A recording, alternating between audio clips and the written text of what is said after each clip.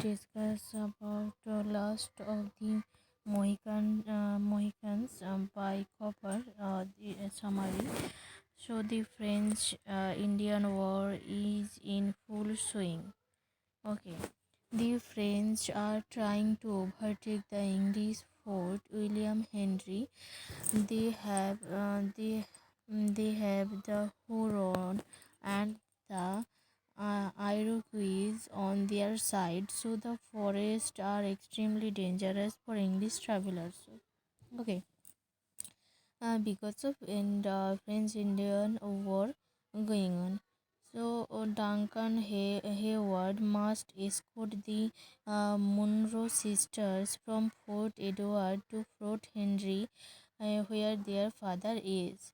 They have an Indian runner, Magua, who is their guide. When in the forest, they are approached by the musician David, who has heard that they are going to William Henry and ask if he may join them. So they go through the from Fort Edward to Fort Henry. Okay, and in the middle of the way they meet the David and he want to join them. Duncan is reluctant, but Alice convince him to let David stay with them. As they walk, someone watches them and traces their footsteps. It is the Mohican Uncas. The author switches to a scene nearby where Hockey and Chingak sorry, Chingachgook are conversing about the different beliefs of white and Indians. Uncas returns to them and alerts them of a Huron hiding in the woods. Um, Chin, uh, Chingachgook hears the approach of the travelers. He asks Hockey to speak to them in their native language. Upon meeting Duncan and learning of their destination, the scout tells him that they are completely off course. Hockey believes their guide has led them astray on purpose. Looking upon Magua's countenance, his belief is confirmed. Hockey wants to shoot him, but Duncan will not permit it. He tries to capture Magua himself and fails. The scout shoots the Huron chief, but not only he uh, hits his shoulder. Force the Forsters converse and decide to take the travelers out of harm's way and become their guide. The group passes the night in a cave that they reach by canoe. David sings for all of them, which brings tears of Hockey's face. A strange sound is heard after going outside. Duncan realizes it is a horse in peril. Uncas is dispatched to try it and stop the noise. He returns safely. The women sleep while the men stand guard. At daybreak, they are ready to leave, but a shot rings out and wounds David. Uncas and Hockey slay two of the men. Duncan, restless with a third, but had to be rescued by Uncas. There is a sniper in a tree. After a bite, Hockey manages to kill him with his rifle.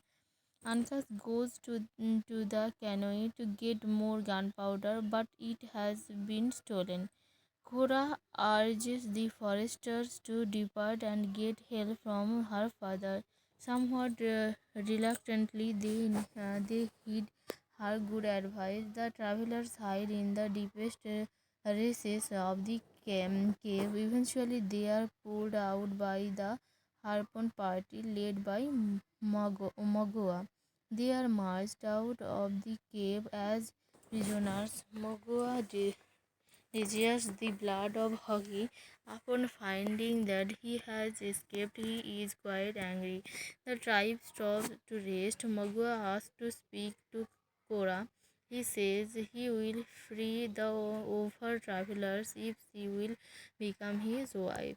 Cora is repulsed and refuses. Duncan and Alice agree with her decision. Magua decides that they should all die. Duncan jumps upon a warrior and is almost killed, but a shot rings out and kills the Indian. The forester descends to help them. Uh, Chigaguk uh, battles with Magua as the other two kills their comrades. Magua pretends to be dead and then messages to roll over a precipice into onto a hill. He runs away. The foresters lead the group away, stopping briefly for dinner. They walk a bit more until they reach an older war building. Many Mohicans died there, and Chingagok and Hauki fought together in the battle. The old Mohican is the sentinel as everyone else sleeps. A noise is heard. Some harpoon approach the building, but being scared of the dead, and they will not go inside. The group stay a bit longer until Chicago decides it is time to leave. They are getting very close to William Henry. Duncan manages to deceive a French officer into believing that they are on his side. By the time he deceit is discovered, they are close enough to the fort to uh, dodge it, dodge the shots. The door opens and Munro comes out to embrace his daughters. In the fort a few days later, Duncan walks about, wondering how they can keep fighting with such inadequate manpower. Reinforcements from Webb are the only hope. Talking to Munro, he learns the Montclaim has asked for a meeting. Munro wants Duncan to go in his place. A letter to Munro has been in, intercepted, and he wants Duncan to see if he can get any information about it. Duncan attends the meeting, but only learns that the French know how few men the English have. During his conference, it comes out that Duncan is in love with Alice. Another meeting is arranged between both armies. Montclaim and Munro advise to the fort. Montclaim urges surrender as he hands Munro a letter detailing Webb's inability to send reinforcements. At first, Munro will not hear of it, but when he hears how fair the terms are, he agrees and signs a treaty. Meanwhile, Mogua is furious at the proceeding. He tells Montclaim that his warriors have no scalps, while the white men become friends. During the retreat from William Henry, the Huron attacks, slaughtering tons of innocent people. Mogua spies Cora in the cows and asks her again to be his wife. When she refuses, he grabs the unconscious Alice and throws her upon a horse. Cora runs after them and is made to follow Mugua. Seeing this from a distance, David joins the sisters. Late that day, the forester returned with Munro and Duncan to survey the damage and to try to detect Mugua's trail. They passes the night in the old fort before setting out the next day, and Wanida shoots upon them and is caught by Ankas. Apparently, they are neighboring tribes involved. in these conflict. The next day they travel by canoe. They came under the fire of Huron, who paddle after them through the rifle of a scout and the speedy rowing of the Mohican. They manage to escape and lose the Huron canoe. Once on land, they manage to find the correct trail and stand within view of the Huron village. A tale strangers is just outside the bush. Hockey Hockey moves to pounce on him, but laughs as he realizes that it is the musician David. David relates that Cora is with a neighboring tribe, a deal where with are descendant from the Mohicans. Alice is in the Huron village. David, owing to his beautiful voice, is allowed to walk around as he likes. Duncan insists on going to the village with David to see if he can rescue Alice. Chicago paints him in peace symbols. Monroe and Chicago will go to the Delaware to see if Laura may be released. Hockey and Ankas will stay in the forest. Once in the village, Duncan manages to convince the council that he is a doctor sent by the Canada father who wants to make sure that they are healthy. The Indians are impressed with his presence and believe he can cure the sick wife of a young warrior. Suddenly, there is a big uh, hullabaloo outside the meeting house. Duncan is horrified to see that Ankas has been caught when taunted by the Huron woman. Ankas replies that he only came into the village to seek the coward that would not fight him face to face. The tribe is very displeased with this young man and decides that his name will be mentioned no more. The young man then commits suicide and Ankas is taken into the meeting lodge. Duncan sits with the group, but to his horror, Mogua enters, having returning from a day of hunting. The paint seems to disgust Duncan well enough.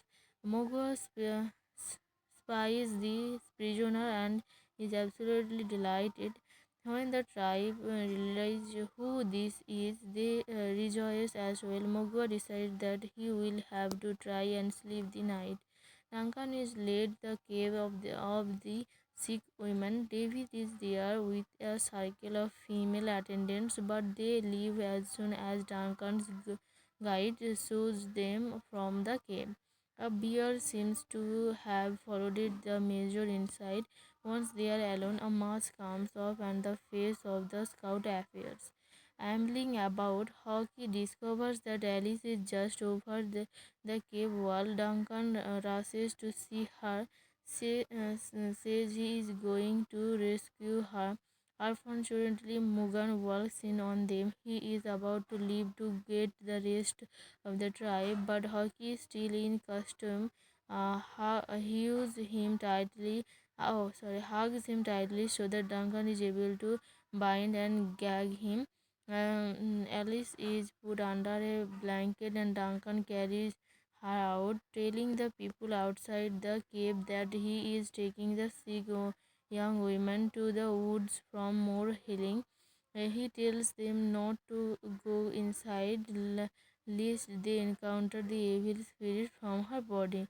Once in the forest, Hockey instructs them to find refuge in the neighboring Delaware tribe. He returns to the village for our uncles as a bear. David is able to convince those guarding the young Mohican that they are there to take the courage of uncles. Inside, Huggies reveals himself. Uncas wants to run to the Delaware tribe, but Hockey knows he cannot keep up. Uncas therefore decides to stay with the scout. Uncas puts on the bear's costume. David agrees to sit in the laws in place of the captive hog. He puts on his clothes and escapes to the forest from under the noses of the Huron. When all deceit is discovered, the tribe is furious. They leave to meet the Delaware. Mogua goes forth and talks to their leaders, asking if strangers have been spotted. While they talk, the escaped prisoners are discovered. They are taken into the middle of the village into a circle that compromise. Comprises everyone. When Hockey's identity is revealed, he is bound. Uncas comes forward. At first, the tribe is angry with him for infiltrating their village. But when they see the tattoo of his chest, they realize that he is a Mohican and rejoice that he has returned. Timon agrees to let everyone go except for Cora, who must go with Mogua. She lives with her Huron captor at sunset. Anka's Rida is his people to fight the Hurno and steal her back. A battle commences in which the Huron lose terribly. Muga is forcing Cora to run, but she stops at one point and will not move. He offers her his wigwam or his knife. She raises her eyes to God. Ankas reaches them and struggles with Mogua. Huron kills Cora.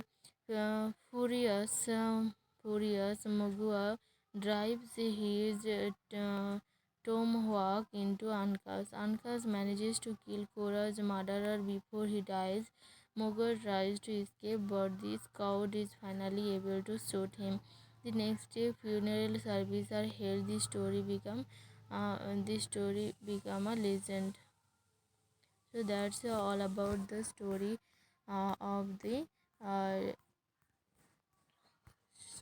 of the uh, play Last of the Mohican by Copper. It is a famous story. So thanks for watching.